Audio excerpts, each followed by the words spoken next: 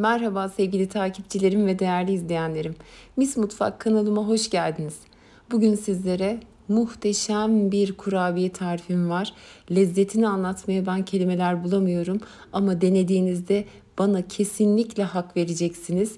Ağızda dağılan, bayatlamayan ve gevrek kurabiyeleri seviyorsanız denenmesi gereken bir tarif. Standart kurabiye hamurlarına göre dokusu biraz daha farklıdır.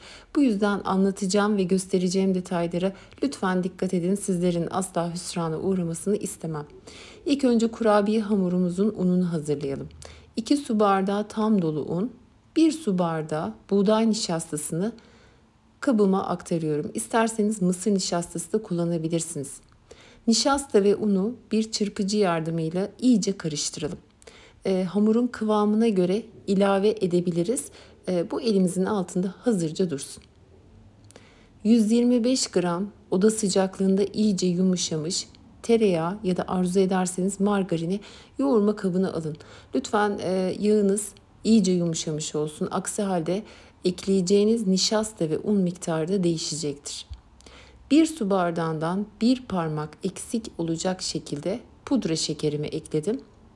Tereyağı ve pudra şekerini tıpkı bir krema kıvamına gelene kadar spatula ile karıştırıyorum. Aynen bu kıvama gelmiş olmalı. Ardından yarım çay bardağı sıvı yağ ilave ediyorum ve tekrar tüm malzemeleri karıştırıyorum. 1 adet yumurta kullanıyorum. Yumurtanın sarısını hamura ekleyeceğim. Beyazını ise kurabiyelerin üzerinde kullanmak için ayırdım. Yumurta sarısını ekleyip tekrar karıştırıyorum. 1 adet portakalın kabuğunun rendesini ekleyeceğim. Dikkat edin, portakalın beyaz kısmını rendelemeyin. Dikkat ettiyseniz tüm malzemeleri teker teker ekleyip karıştırıyorum. Portakal kabuğunun rendesini ekledikten sonra hazırlamış olduğum un ve nişasta karışımının ilk önce yarısını hamura aktardım. Ve üzerine de 1 paket kabartma tozu ilave ediyorum. Ve spatula ile karıştırıyorum. Unu 3 aşamada ilave edeceğim. Bu kurabiye hamuru diğer kurabiye hamurlarından çok daha farklıdır.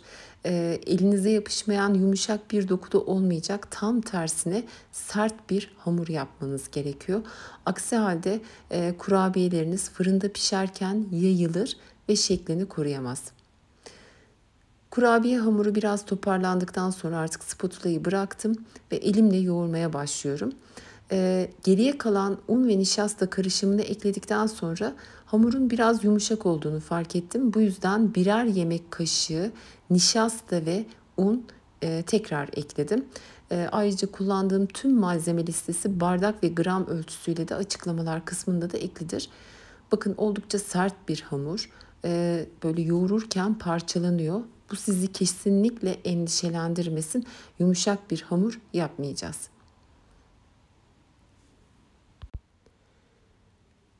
Bir yemek kaşığı kadar kuş üzümünü 15 dakika ılık suda bekletmiştim. Şimdi onun suyunu süzüp hamuruma ilave edeceğim. Kuş üzümü gerçekten bu kurabiyeye inanılmaz derecede yakışıyor. Ama tabii ki eklemek zorunda da değilsiniz.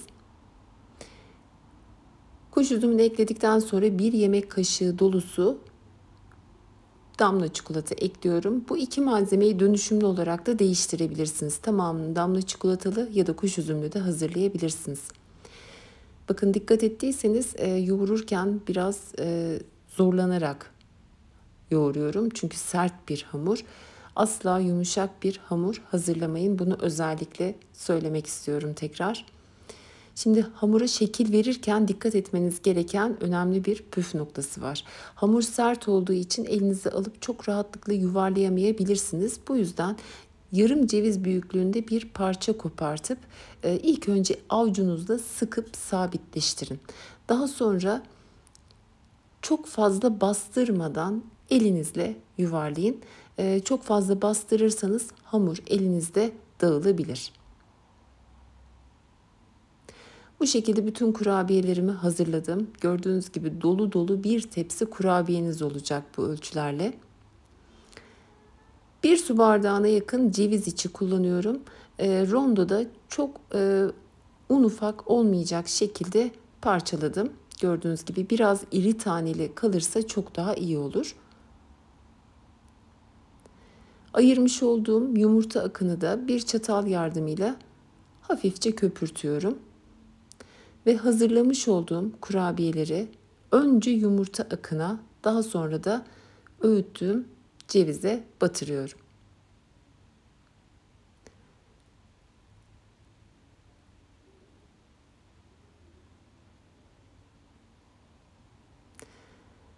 Evet, kurabiyelerim fırına girmeye hazır. Önceden ısıtılmış 180 derecelik alt üst ayar fırında pişmeye bırakıyorum. İlk 15-20 dakika içerisinde kurabiyeniz bu şekilde hafifçe büyüyecek ve çatlamaya başlayacak. Çok beyaz bırakmayın, biraz kızarsın. Yaklaşık 35 ila 40 dakika aralığında pişmiş olacaktır kurabiyeleriniz. Kurabiyeler fırından çıktıktan birkaç dakika sonra üzerine bolca pudra şekeri serpiyorum. İnanın görüntüsü kadar lezzeti de muhteşem.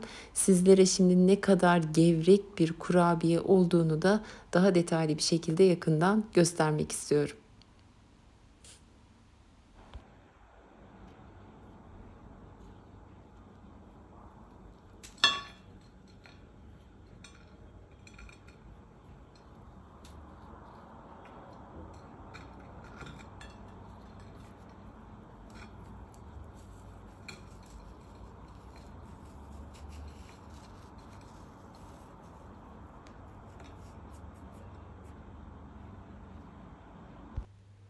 Bu tarifi ısrarla denemenizi tavsiye ediyorum. Denerseniz eğer bana mutlaka yorumlarınızda geri dönüş yapın. Eminim çok beğeneceksiniz. Kanalımda buna benzer birçok farklı çeşitte ağızda dağılan gevrek mi gevrek ve bayatlamayan kurabiye tarifleri de mevcut. Hepsinin bağlantı linkini videomun sonuna ekledim. Onlardan da faydalanabilirsiniz.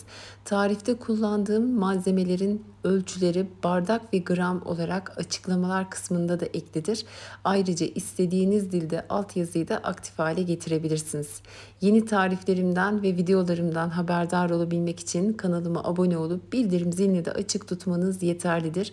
Yorumlarınız ve beğenilerinizle bana destek olursanız çok sevinirim.